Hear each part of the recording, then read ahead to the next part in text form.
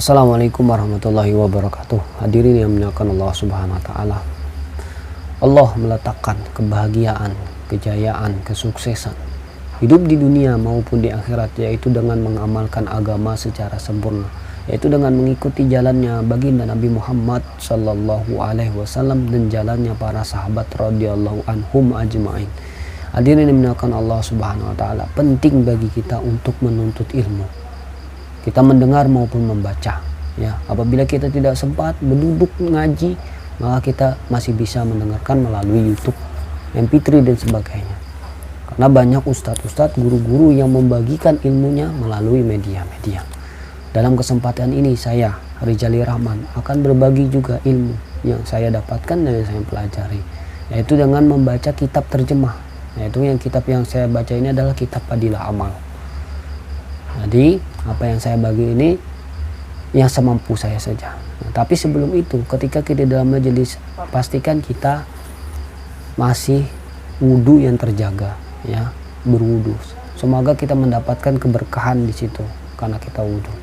Oke, kita akan lanjutkan kisah berikutnya, yaitu masih dalam bab semangat anak-anak. Artinya sahabat Rasulullah SAW pada masa anak-anak.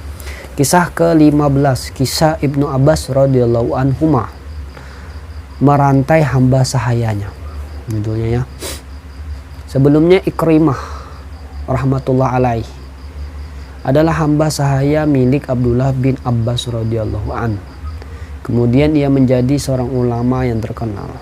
Ia bercerita, ketika tuanku Abdullah bin Abbas mengajariku Al-Quran, hadis, dan syariat agama, ia merantai kakiku agar aku tidak pergi kemana-mana. Dialah yang mengajari Al-Quran dan hadis kepadaku. Ya, kisah ini terdapat juga di dalam kitab Bukhari. Faidah, ya. Demikianlah hakikat menuntut ilmu. Apabila seorang murid ketika belajar sambil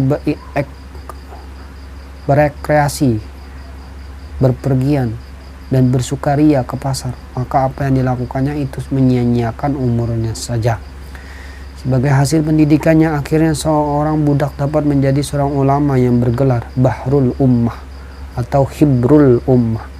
Qatadah rahmatullah alaih berkata, di antara para tabi'in yang terbanyak ilmunya hanya ada 4 orang. Salah satunya adalah Ikrimah rahmatullah alaih. Jadi maksud sahabat Abdullah bin Abbas ini merantai hamba sayanya, yaitu Ikrimah ini, agar Ikrimah ini ketika menuntut ilmu itu tidak kemana-mana, ya.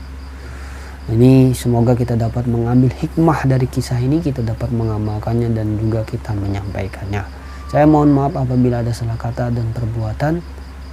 Mari kita tutup dengan doa kifaratul majelis. Subhanakallahumma wa bihamdik, asyhadu an la ilaha illa anta, astaghfiruka wa atubu ilaik. Assalamualaikum warahmatullahi wabarakatuh.